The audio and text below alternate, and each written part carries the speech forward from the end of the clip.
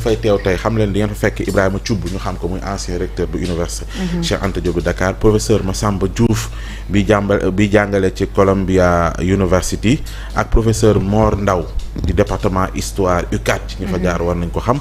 ak docteur Cheikh Gueye mi nga xam te ne jamono ji moom mooy facilitateur dialogue bi ñu jëm incha allah ñoo fay teew tey 15h30 maa ngi koy yégal ñëpp incha allah ñun dinañ ci teew ak ñeneen incha allah dinañ ci teew ñun ñëpp c'est à 15h non incha allah 30 incha allah soobee yàlla ca war d'accord Chéri Naboucor moom nee na ndax lebal ma dinañ leble xar loolu moom faaw ñu taxaw ci ñi nga xam ne ñoo jiite lebal ma comme da ngeen di seetaan tout le temps bu leen sonn de partenaires yi dañuy seetaan di xool kañ la seen publicité dugg ak kañ la duggul. waaw dëgg la de léegi comme yéen a ngi seetaan fexe leen lebal internet yi xaar nag du dëgg. dëgg la de mën naa ne te ay laadum de préférence ay ca ñu daal di ñëw ci Ismaïla Madior. alors Pape Ahmadou Mbaye maître bi nga jotee ci xibaar bi. que ni kii di Ismaïla Madior Fall mu ngi waroon daje commission d'instruction bi. biñ ci génnee nga dégg ni takkal nañu ko lam bi. daal di koy assigné en résidence surveillée xëy na nga wax ñu lan nga jàpp ni xëy na moo motiver décision bu ni mel mais est-ce que lu la bett la ndax ñu bëri ñu doon wax ni soo moyul comme ñi nga xam ne ñoo ko doon tuumaan mandat de dépôt nañ leen xëy na mën naa bañ a ñibbi. bon man nekkul lu ma bett pour la bonne et simple raison que xam nga ci procédure pénale dafa am lu ñu tuddee Pa Ousmane la personnalité du mise en cause. mooy xam nga dafa am benn principe boo xamante ne c'est un principe à valeur constitutionnelle. Principe bi wax ne les citoyens sont nés libres et égaux devant la loi. mais boo xoolee loolu benn principe la boo xamante ne nii dañ koy wax nii rek c'est une consacration constitutionnelle instruments juridiques internationaux yi aussi di ko réitérer mais dans la pratique da ngay constater ne les citoyens ne sont pas égaux devant la loi. parce que xam nga bu fekkente ne par exemple. ñu ngi lay toppee ay charges yoo xamante ne c'est des charges assez lourdes comme par exemple corruption blanchiment de capitaux concussion prise illégale d'intérêt en quelque sorte c'est des incriminations yoo xamante ne ni yu grave la mu daal kan nag koo xamante ne ni il fut dans un passé récent le garde des Sceaux ma revenir ci ministère de la justice ministère de souveraineté la. et au-delà du fait que tey jii nii mu nekkoon récemment ministre de la justice du Sénégal mu am benn posture agrégée de droit. une forte personnalité du droit. ñu nangul ko ci wàllu wi nga xamante ne tey jii moom ci lay yëngu en tant que constitutionnaliste de renom mu am liggéey bu am solo boo xamante ni liggéey na ko bien avant que tey jii nii muy accéder au pouvoir. c'est-à-dire avant son accession au pouvoir Ismaïla Madior Fall s'était toujours caractérisé en tout cas par sa posture de juriste. très suivi de juriste boo xamante ne nii ñëpp soxla woon nañ en tout cas xelam ci wàllum constitution mais constaté ne depuis que mu accédé au pouvoir da doon adopté ay comportements yoo xamante ne day nekk ay comportements yu contradictoire ak posture bi nga xamante ne moom la ñuy xaar ci juriste boo xamante ne am nga une forte personnalité du droit donc en tant que garde des Sceaux à deux reprises bu fekkente ne tey jii nii dem nan ba yoon di ko topp et franchement au-delà de la lecture juridique dans l'affaire Ismaïla Madior Fall moi je dis que am na ci lenn loo xamante ne ni c'est le fruit du destin le fatum une explication parce que je tiens à rappeler que Ismaïla Madior Fall bien avant que tey jii muy dem di def émission bi il n'était pas incriminé bi nga xamante ne tey jii nii dem na def émission bi ñu poser que ay questions il a prêté le flanc. Pourquoi je dis il a prêté le flanc parce que boo demee dem tey ji toog ba mën a wax ne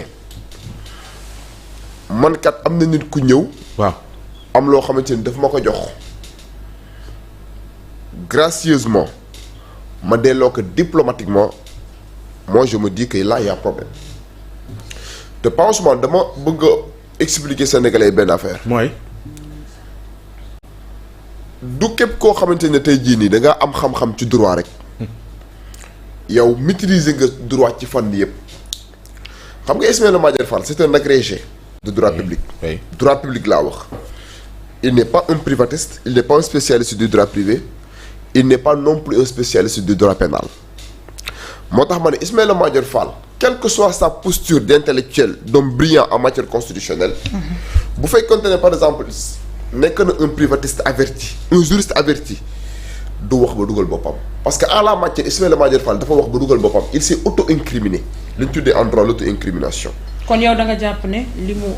peut-être spécialisé wul ci loolu moo tax mu def émission. oui mais parce que un pénaliste may mën a Ndour Faye ba mu peut-être mu dugal ko wala mën a corser dossier am bi nga xamante ne moom la ñuy suivre. mais nag un juriste assermenté un pénaliste. yow doo toog di wax ne dañ ma jox gracieusement ma delloo ko diplomatiquement. c'est accepter en quelque sorte que man dañ ma doon corrompre. parce que bi la joxee gracieusement. il fallait poser la question pourquoi nga jox ma gracieusement et à quel titre nga ma joxee gracieusement parce que ki lay jox gracieusement c'est quelqu'un boo xamante ni dafa la ko jox parce que dafa bëgg gagner benn marché état en tant que garde des sceaux ministre de la justice la posture bi nga xamante ne sénégalais moom noonu doon xaar ci yow mooy nga xam ne kii nii il est dans une logique de te corrompre wala il est en train de tenter de te corrompre et par rapport à la tentative dafa am leen loo xamante ni attiré wul attention sénégalais dinaa ñëw ci bracelet bi mais nit ñi dañoo topp bracelet bi ba fàtte le mot tentative. tentative mooy ci liñ koy toppee. ci liñ koy toppee tentative de corruption. parce que du loolu rek de. y a aussi le blanchiment tentative mu ngi ci. association de malfaiteurs. corruption. wax nga sànq. tentative d'extorsion de fonds. ak it li nga xam te ne moom mooy. concussion. prise illégale d'intérêt. escroquerie blanchiment de capitaux et complicité. voilà yëpp moom faa ñu ñëw ci benn par benn. mais man décision bi waaw. xam nga tentative bi dafa am lu ñu tuddee en droit pénal la tentative punissable xam nga tey jii profane bi mën na ne mais ku tenter. nan la mën a incriminer. kuy tenter def nan la mën a incriminer. droit pénal da ne kii tenter mais explique ko ci wolof pour faciliter la compréhension. bu fekkente ne li muy tenter daf ko commencer loolu ñu tuddee le commencement d'exécution mooy commencer naa def te li tax tey jii àggalewul li mu doon def dépendrul ci moom. li tax àggalewul li muy def dépendrul ci moom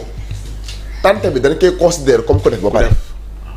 voilà suñu sukkandikoo ci ñaar ñi la ñu wax. voilà xam nga ba xam dégg nga li ma wax. bu baax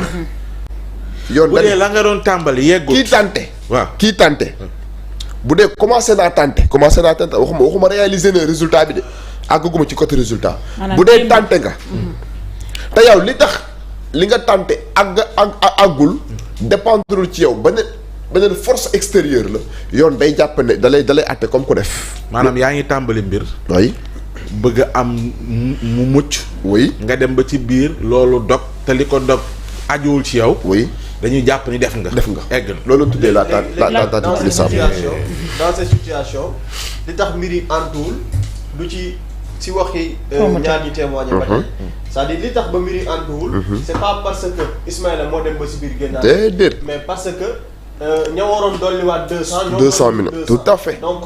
la tax mbir yi sottiwul du ci Ismaïla Madior waaye ka waroon joxewaat la ca des. te waroon a joxe 200 millions yi des voilà léegi nag foofu noonu ñaari critères yëpp day taxaw. infraction bi day taxaw mooy dañ ne la pour que la tentative soit punissable il faut qu'il y ait un commencement d'exécution am na wala amul Ismaïla jot na 50 millions wala jotu 50 millions yi commencement d'exécution am na absence de désistement exonératoire absence de désistement volontaire mooy lan li tax tey jii nii kat la mu waroon a jot intégralement jotu ko mooy dafa demander montant boo xamante ne ni le gars en question joxul montant bi dans son intégralité ñu ne la ñaari conditions yooyu noonu bu taxawee un commencement d'exécution et une absence de désistement exonératoire ñu ne la tentative devient punissable mooy yow da nga doon tenter mais aux yeux de la loi pénale li lay toppee day taxaw. léegi bi nga xamante ne loolu noonu taxaw na pas Ousmane ñu inculper ko. ak privilège balaa ñu koy inculper maître balaa nga ñëw ci loolu. lan mooy firnde ni corruption am na lan moo koy firnde wala ñuy sukkandiku. ci kàddu yi nga xamante ne Ismaïla Madior Fall yëkkati na ko. oui mais ci kàddu yu mu yëkkati moom. wax na ne moom. parce que mën na nekk rek wax ak wax. mais il y a une confrontation. Nabou on a confronté les déclarations de Ismaïla Madior Fall sur le plateau. ak li nga xam ne tey jii ki nga xam ne moom la doon jëflanteel loolu noonu li mu wax parce que kooku dafa wax clairement ne su fekkente ne dama kaa jox somme boobu noonu mu delloo ma ko gracieusement c'est parce que il s'attendait à ce que. ma dolli mu jot un montant plus exorbitant. et à partir du moment où il n'a pas reçu ce montant exorbitant là loolu moo tax moom mu delloo. ce qui veut dire que bay wéy na mbuus l'infraction est déjà constituée. L'infraction est déjà constituée. et bi nga xamante ne infraction bi constituée na boo xoolee par exemple bi nga xamante ne tey jii Ismaïla Madior Fall def na déclaration bi kenn incriminé ko woon il a fallu le lendemain que le gars génne parce que le gars aussi dafa def sa sortie pour se dédouaner. parce que peut-être il s'est dit que man su ma toogee diw wax ne par exemple jox naa ko 50 millions te man génn ma wax je risque véritablement d'être l'agneau du sacrifice et pour ne pas être l'agneau du sacrifice moom dafa génn def déclaration wax ne bu fekkente ne 50 millions yi ma ko jox daf ma ko delluwaat c'est parce qu'il demandait plus et si on fait la confrontation entre les deux déclarations da ngay comprendre très nettement que le délit de tentative d'extorsion de fonds ak délit li nga xam ne mooy corruption day constitué wu léegi boo xoolee par exemple concours d'infraction boobu noonu am en vertu en tout cas de ce privilège bi nga xamante ne constitution jox na leen que danoo doon xaar ba nga xamante ne tey ji assemblée nationale bi am possibilité en la matière voté li nga xam ne mooy résolution de mise en accusation bi voté résolution de mise en accusation bi bi mu yemee ci loolu le président de l'assemblée nationale li muy def mooy jël dossier bi jébbal ko ki nga xam ne tey jii nii moom mooy la commission d'instruction au sein de la haute cour de justice et la commission d'instruction au sein de la haute cour de justice lan mooy rôle am mooy instruire à charge et à décharge te bi loolu amee convoqué nañ ki nga xam ne moom mooy Ismaïla Madior Fall après inculpation li ma noonu am mooy nga placer ko sous mandat de dépôt parce que les charges sont assez suffisantes pour nécessiter en tout cas ñu placer ko sous mandat de dépôt wala nga inculper que placer ko sous contrôle judiciaire wala nga takkal ko bracelet électronique léegi le bracelet électronique pourquoi ñu takkal ko Ismaïla Madior Fall pourquoi en quelque sorte le juge n'avait pas voulu en tout cas le placer sous mandat de dépôt parce que droit pénal ak procédure pénale day prendre en considération dans certaines situations la personnalité du mis en cause qui est le mis en cause en la matière c'est Ismaïla Madior Fall kan mooy Ismaïla Madior Fall ñu ne récemment c'est un ancien ministre de la justice il a exercé un ministère de souveraineté ñu ne kii Ismaïla Madior Fall ñu ne c'est un professeur agrégé de droit et titulaire de chaire donc posture boobu noonu nga xamante ne am na ko justice day prendre en considération posture boobu noonu pour jox ko benn traitement de faveur c'est un traitement de faveur qu'il a bénéficié oui c'est un traitement de faveur waral bracelet électronique oui parce que tey jii rien ne s'opposait pas Ousmane à ce que ñu place ko sous mandat de dépôt au vu en tout cas des incriminations yi nga xamante ne ngàlla nañ ko ci ndoddam amul woon lenn loo xam ne empêché woon na juge bi mu placé ko sous mandat de dépôt te su ko placé woon sous mandat de dépôt de violer en tout cas benn disposition du code de procédure pénale mais le juge en la matière a pris en considération le fait que ki nga xam ne tey jii moom leen inculpé dafa nekk nit koo xamante ne nii am na loo xamante ne nii contribuer na ko ca Sénégal ci lu baax même bu fekkente ne aussi def na fi ay njombe yu bari yoo xamante ne nii bi mu exercer ministère de la justice mais yoon day prendre en considération le fait que tey jii mu nekk un professeur titulaire de chaire c'est-à-dire Ismaïla Madior Fall au-delà de sa casquette politique il n'est pas n'importe qui parce que koo xamante ne tey jii ni constitution Sénégal devant la loi bi nga doon wax kay amut non moo tax ma ne la les citoyens naissent libres et égaux devant la loi c'est un principe consacré par la constitution réitéré par les instruments juridiques internationaux mais dans la pratique nit ñi yemuñu devant la loi et li nga xam ne tey jii aussi moom mooy code de procédure pénale day wax ne liberté moo war a nekk le principe exception moom moo war a nekk la détention mais système procédure pénale ni muy doxee Sénégal fii nii man j'ai l'habitude de le dire toujours aux yeux du profane day am benn injustice boo xam ne da nga koy déceler parce que tey jii nii bëri na ñoo xamante ne tey jii nii xoolal par exemple ñi ñuy toppandoo Ismaïla Madior Fall c'est co-inculpé ñoom placé na leen sous mandat de dépôt les co-inculpés moom ñu takkal ko bracelet léegi ñu dëj ko këram moom luy juge bi wut luy wër. waaw xam nga bu fekkente ne par exemple dañ la placé dañ la takkal bracelet électronique ñu assigné waale la concomitamment à ce port du bracelet électronique en résidence surveillée mooy yow circonscription bi nga xamante ni juge d'instruction bi tracé na la ko. doo ko génn yow tu n'as plus une capacité de mouvoir c'est-à-dire présentement Ismaïla Madior Fall n'a plus la liberté d'aller et de venir il n'a pas la capacité tey jii nii kat mu quitter la région de Dakar léegi bu fekkente ne par exemple nee na la non seulement takkal na la bracelet électronique et concomitamment à cette mesure là assigné na la à résidence ça veut dire que yow yoon circonscrire na ce périmètre d'action tu n'as plus la liberté de mouvement et à partir du moment où amoon li nga xam ne tey jii moom mooy la liberté de mouvement et que le bracelet électronique emporte en quelque sorte une géolocalisation boo xamante ne nii les autorités judiciaires dañuy am benn clairvoyance par rapport à ta situation géographique mënoo génne par exemple la région de Dakar une fois tey jii nii kat nga l'inobservation de la mesure bi nga xam ne tey jii infligé nañ ko à Ismaïla Madior Fall bu fekkente ne par exemple moom sàmmontewul ak loolu mooy inobservation bi la conséquence de droit mooy dañuy rétracter la mesure ça entraîne la rétractation de la mesure du port de bracelet électronique te li ci topp moom mooy le placement maanaam dañuy dog kon dogal boobu placer le sous mandat de dépôt parce que contrôle judiciaire bracelet électronique liberté provisoire c'est encadré yoon danaan laan c'est des mesures d'aménagement bu la ko aménagé ñu may la ko bu fekkente ne par exemple sàmmonte woo ak li nga xam ne code de procédure pénale moom la wax mooy nee nan la yemal Dakar bul génn Dakar nga génn Dakar bu boobaa dañuy révoquer juge bi day révoquer la mesure du port de bracelet électronique te buñ ko révoquer rek la conséquence ipso facto mooy yow da lay placer sous mandat de dépôt. léegi man Pape Ahmadou Mbaye li ma bëgg a xam mooy ci kaw Ismaïla Madior Fall bi ak port de bracelet bi nga xam ne moom la juge bi décidé démb moom ak juge bi dañ cee waxtaan ba tànn formule bi gën wala juge bi ci boppam moo jël décision boppam placé ko sous bracelet électronique est-ce que daf ko tegal ay liberté enfin daf ko permettre mu am choix par rapport ak daan yi nga xam ne moom moo tegu ci kanamam moom mu décidé tànn bracelet électronique bi wala de facto juge bi ci boppam moo jël boobu les décisions parce que may dégg ci ay commentaires ñuy wax ne ils ont dû discuter et peut-être que Ismaïla a préféré le bracelet électronique ak que contrôle judiciaire wala yeneen ak yeneen ma bëggoon a xam ndax ci wàllub yoon sañ-sañu juge bi la moom Ismaïla Madior Fall n'a pas son mot à dire maanaam dañ ko imposer wala il y a dû y avoir conciliation ba ñu tombé ci li nga xamante ne moom mooy décision bi ñu jël. Merci Mami pour la question je crois que en la matière amul benn marchandage boo xamante ne day am entre l'inculpé et le juge d'instruction parce que xam nga ci code de procédure pénale gis nga le juge d'instruction Mami c'est un magistrat du siège il n'est pas un magistrat du parquet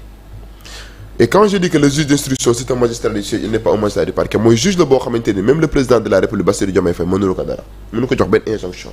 il ne reçoit d'ordre de personne. Le parquet à ce niveau peut-être en vertu de la hiérarchie ñoom danañ jot ay instruction ñu leen di wax jaar leen fii et je tiens à rappeler que dossier bu nekkee entre les mains du juge d'instruction pourquoi juge d'instruction am ay pouvoir dan lay wax ñu ne dès l'instant que le dossier est entre les mains du juge d'instruction même le procureur de la République il est dessaisi au profit du juge d'instruction ça veut dire que moom moo am cëggal guye la moom moo am ce qu'on appelle son impérium pour apprécier par rapport en tout cas aux éléments qui sont à sa disposition et la personnalité du mise en cause quelle est la mesure bi nga xam ne moom la juger la plus opportune loolu cëggal guyeelam la dépendre ci Ismaïla Madior Fall démb bu ko neexoon par exemple mën na bañ a prendre en considération la personnalité de Ismaïla Madior Fall mu placer ko sous mandat de dépôt bu boobaa amul kenn ku muy jox de rendre compte kenn parce que le juge n'est soumis qu'à l'autorité de la loi et quand on dit que le juge n'est soumis qu'à l'autorité de la loi le juge d'instruction bu fekkente ne par exemple inculpé na nit bu la placé sous mandat de dépôt amul benn explication bu may jox kenn bu la takkalee bracelet électronique amul explication bu may jox kenn donc ce n'est pas un marchandage boo xam ne day am entre Ismaïla Madior Fall ñu naan kan entre le placement sous mandat de dépôt le contrôle judiciaire le port du bracelet électronique tànnal bu la neex non c'est le pouvoir discrétionnaire du juge mu xool par exemple en fonction des éléments qui sont à sa disposition et la personnalité aussi du mis en cause et je crois que en la matière le juge a plus dafa prendre en considération plus la personnalité du mis en cause que les éléments du dossier parce que juge vous prendront en considération carrément les éléments du dossier Ismaïla Madior Fall dañ koy placé sous mandat de dépôt mais il a pris en considération la personnalité du mis en cause wax ne kat comme que kii muy diw am na ay fonctions yu mu exercer Sénégal donc dañ koy jox bracelet électronique mais Pape Ahmadou ironie du sort c'est-à-dire cette personnalité là bi nga xam ne moom le juge bi jëlaale en compte di Ismaïla Madior Fall moo fi indi bracelet électronique c'est pas surprenant que ce même Ismaïla Madior Fall amul leneen lu ñu mën a teg ci kawam lu dul bracelet électronique bi ñu delloo ko wala amul leneen lu ñu mën a amul leneen amul beneen xeetu daan lu dul bracelet ko moom mi indi bracelet bi ñu takkal ko bracelet bi boobu laa bëgg a wax moo tax ma ne la juge mënoon na ko def contrôle judiciaire mënoon na ko def contrôle judiciaire mënoon na ko placer sous mandat de dépôt waaw c'est-à-dire loolu noonu moo tax ma ne la pouvoir discrétionnaire juge bi la c'est-à-dire juge bi bu la inculpé code de procédure pénale tënku ko c'est-à-dire à partir du moment où juge bi inculpé na la fenn rek la ko code de procédure pénale tënkee fenn. une exception mooy bu fekkente ne procureur bi ci réquisitoire am dafa viser infraction yoo xamante ne par exemple dafa nekk ci article 50 ba 100 du code pénal ak article 255 du code pénal parce que bu boobaa bu nekkee ci phase boobu noonu juge bi code de procédure pénale da nekk ki ngi inculpé da nga koy placer obligatoirement sous mandat de dépôt mais Ismaïla Madior Fall infraction yi ñu koy toppee nekkul infraction yi nga xamante ne article 50 ba 100 la nekkul article 255 article 50 ba 100 ak article 255 du code pénal képp koo xamante ne tey jii nii procureur visé na infraction yooyu ci réquisitoire am le juge d'instruction a les mains liées bu boobaa moom du ci mën dara da lay placer obligatoirement sous mandat de dépôt. tey par exemple bu ñu ko doon toppee diffusion de fausses nouvelles par exemple. boobaa juge mënu ko takkal bracelet électronique mënu ko def contrôle judiciaire da koy placer obligatoirement sous mandat de dépôt. Et c'est là où il y a une contradiction dans nos dispositions xoolal par exemple ki ngay toppee diffusion de fausses nouvelles mandat de dépôt day obligatoire mais xoolal charge yi teg ci Ismaïla Madior Fall ñu ne la foofu noonu mandat de dépôt mën naa bañ a obligatoire ba ci blanchiment de capitaux dinaa ci ñëw ak yow parce que loolu xaw na maa jaaxal quand même ci li nga xam te ne jot nañ ko retenir ci charge yi. Bon je crois que même le blanchiment de capitaux bu fekkente ne par rapport en tout cas tentative d'extorsion de fonds bi nga xam ne moo leen visé